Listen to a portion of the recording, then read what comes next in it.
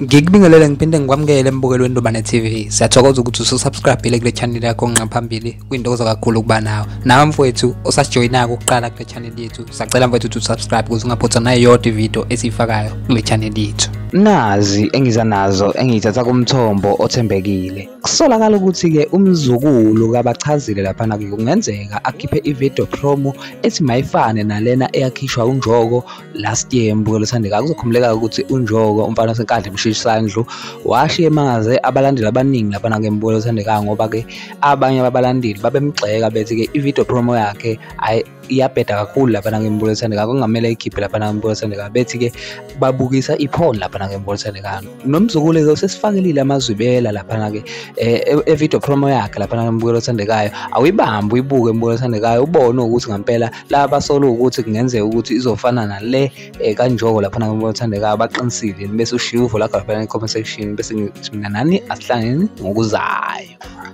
Nazo.